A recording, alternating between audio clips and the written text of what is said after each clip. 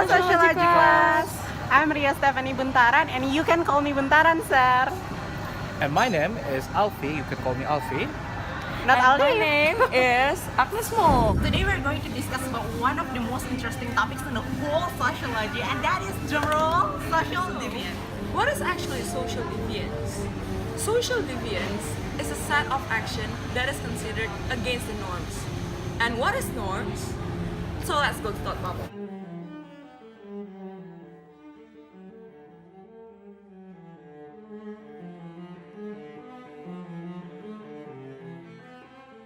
Norm is a set of rules or customary actions that is believed as guidance to all human activities. There are four types of norms: ways, mores, rules, and laws. Social deviance is a validation to any of all these types. This means that social deviance is not necessarily the same as crime, although crimes are absolutely social deviance. Thank you, Agnes, for a thoughtful. So right now, do you still remember 2 weeks ago that there is almost like 3 very famous artists being caught for the illegal substance users? There is Sociology, Ahmad Albar, and many more. But is this only in adults, happening in adult population? No, it's not. Certain research already sees that there is an increasing of illegal substance in teenagers. So in our research, we mainly see what is exactly the effectiveness of government's program in correcting the abuse of illegal substance among teenagers. The research was done in First Class LPKA Tangerang, a government institution that specializes in correcting the social deviance committed by male teenagers. Among 220 inmates, 15 people are in prison for the misuse of illegal substances. The researchers take 40% of inmates' population as samples, and beside the inmates, the researchers also picked 3 out of 59 staffs as respondents. There are 4 interesting questions that we want to talk about this video. The first one is, how effective is the government's programs in correcting social deviance such as illegal drugs user? The second one is, how to raise awareness in danger of drugs abuse. The third one is, what is the most effective approach to inhibit the amount of illegal drugs? Our hypotheses are, the first one, we do not believe that the government's programs in the form of LPKA is effective in correcting the behavior of the drugs abuser. The second one is, we believe that the government's programs in the form of LPKA is effective in correcting the behavior of the drugs abuser. As our research begin with the question is how old are the inmates is, we found out that the majority of the inmates is around 18 years old to 17 to 18 years old, or well, there is some of them is actually like 17 or like 14 or 15 years old. But before they entering, the drug user abuse is already happens before they achieve that their age. For example, in here we found that there is someone who already used the illegal substance since 10 years old, or even more. There is about like 9 years old. That's just pretty surprising. And some of them is actually from Salemba, not from the Tangerang itself. So in Salemba, they don't have like education facilities, so they send it to Tangerang, because in Tangerang they have a lot of education facilities such as schools and a lot of activities that they can find in Tangerang LPK. The next question that we conduct in that interview is, what is exactly their hobby and their future dreams? In that we found out that their hobby is typically about sporting activities, because over there is a lot of what is like very bigger not food court but football court, and also there is a basketball court, and also in facility they provide coach every Monday. They can have a training with a coach in every Monday, and then also in that they also have like education activities such as learning about math and so on and so forth. So as we see that majority of these people is around 18 or 17 years old, and what happens when they are consumed this illegal substance is actually around 10 years old. We see there is a pattern that the amount of these people using their drugs is actually around puberty age. We see that in puberty age there is 2 factors that make them why they are using this illegal substance. First is peer pressure, and second is curiosity. Peer pressure happens when they are entering schools, when they are new with this environments where they being exposed with those friends who are actually using this illegal substance. And also, there's also the sense of curiosity. What exactly feel when you are consuming this illegal substance? And the other factors that we see in here is actually the environments that happens within environments in here means that family environments. So the family environments with their very poor economic background and many much more tend to push them to become not only the users but also the drugs traffickers. Because when they do these drugs traffickers activities, it's actually they can get a lot of money from that activity. So the last question is, what exactly what is the positive things that happens after they entering the LPKA?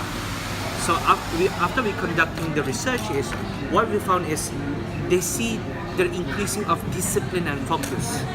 They see that they are doing a lot of religious activities more, like solat, or they are feeling that their daily life is being subject to a religious schedule, and it's pretty much make them to defer their intention from those kind of things to a better world.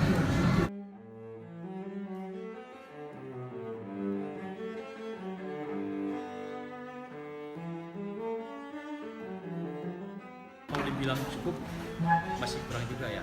Dibilang nggak cukup juga salah juga ya. Memang ya perlu penambahan program-program. Makanya kami itu ya selalu mengundang ya dari luar gitu kan untuk mengabdi di sini lah, selain dari petugas-petugas kami di sini. Mereka saya harapkan untuk bisa ikut membimbing di sini. Contohnya seperti dari komunitas yang mereka sambil kunjungan itu sambil memberi pengarahan. Tokoh-tokoh agama juga sering datang ke sini ya Pak? Ya, ya.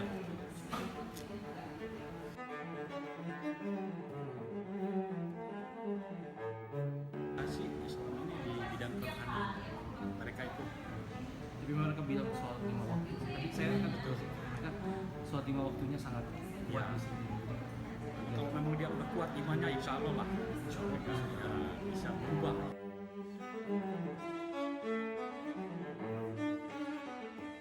Iya, kalau berbicara skala hukum yang begitu besar, saudara, ternyata regulasi pemakai narkoba semakin ke depan bukan semakin ringan. Kemarin mungkin Anda tahu di Batam, ya, satu ton itu, ya kan? Artinya ini potret kenyataan pahit di depan kita, bahwasanya bangsa kita, rakyat Indonesia, mudah ingin menjadi segala sesuatu dengan instan, ingin menggapai uang dengan instan, dengan cepat, ingin menggapai kesenangan dengan cepat. Maka tanpa diimbangi dengan keimanan yang ada, mereka akan masuk ke dalam lingkaran itu. Jadi regulasi pemakaian narkoba, kalau melihat dari kasus kemarin, bercermin betapa 1 ton ya dapat diselamatkan oleh pihak keamanan kita bisa melihat dengan kacamata kita, ternyata pemakaian narkoba di Indonesia ini semakin ke depan, regulasinya semakin banyak. Berarti dengan regulasinya yang semakin ketat itu, menurut Bapak kemungkinan penggunaan narkoba itu juga akan semakin sedikit. Nah, dengan kiprah kerja pemerintah, terutama di bidang keamanan, mengadakan sebuah action yang sangat luar biasa, paling tidak akan mengurangi, memangkas regulasi tumbuhnya pemakaian narkoba. Paling tidak akan meminimalisir lah dari pemakaian narkoba itu sendiri.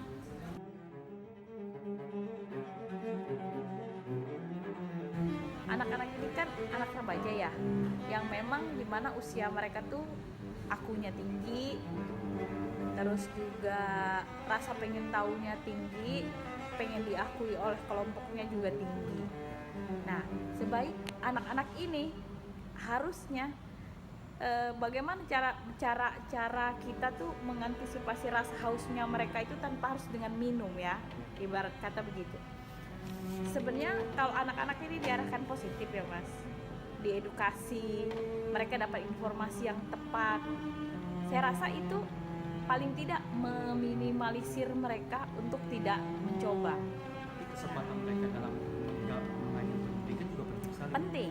Jadi menurut aku gini, mungkin semua orang itu untuk kita orang Indonesia saat ini ya, memang sebagian besar dari kita sekolah, berpendidikan, mengenyam pendidikan, tapi itu semua menurut saya belum membackup keingintahuannya mereka. Ya kembali lagi keluarga yang harusnya handle itu semua. Paling tidak orang tua sudah membekali bahwa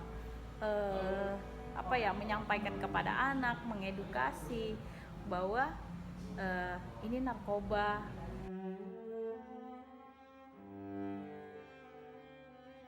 Gitu. Nah, sama dengan narkoba. Jadi tidak harus menunggu saat anak itu bertanya, tidak harus saat anak itu sudah kecebur baru kita ajarkan berenang. Tapi menurut saya dari awal memang sudah harus kita kasih tahu bahwa kayak sekarang fenomena sosial di lingkungan kita itu narkoba itu bukan barang yang sulit lagi untuk dicari.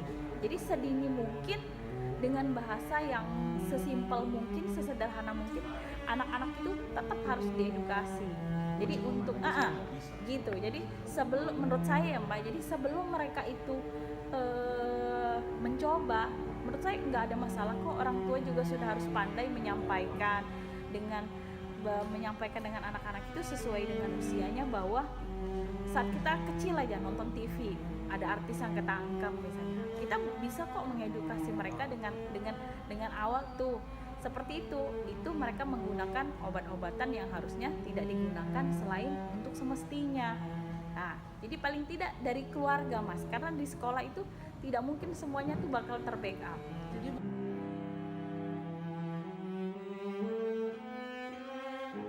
Government institutions such as LPKA is effective to correct social deviance such as the abuse of illegal substances repressively. However, repressive measures are repressive measures. In order to completely eradicate the abuse of illegal substances, both preventive and repressive measures have to come hand in hand. It is important to maintain a two-way communication among family members and to keep sensitive issues not as taboo as possible. This way, the curiosity towards illegal substances would be discouraged. Secondly, children have to be educated and raised with strong religious foundation in order to keep them away from trying out prohibited actions.